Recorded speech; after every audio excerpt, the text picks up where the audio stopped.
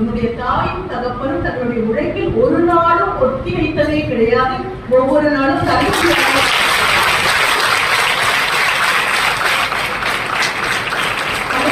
இருந்தாலும், கைவலியாக இருந்தாலும், கால்வலியாக இருந்தாலும் வீட்டு முன்வாசலை கூட்டி விடுவது என்றால் ஏதோ தானோ என்று அவன் தாயார் கூட்டி விட்டது கிடையாது. தண்ணீர் தெளிக்க வேண்டும் என்றால் தெளிப்பதில் மாற்று கருத்து கிடையாது. தலைவலியாக இருந்தாலும் கட்டில் தருமாறி எழுந்து வந்து கோலம் போடுவதில் அக்கறை குறைந்தது கிடையாது. சமயத்தில் சமைத்து வைப்பது உப்பு கூடவும் காரம் கூடவும் புளி கண்டிப்பா கிடையாது.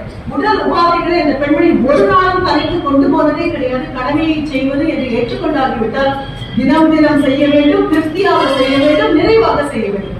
அப்படி வரும்பொழுது you call her a deep worker. A deep worker is யாகுமான். என்றென்றைக்கும் யார் பார்த்தாலும்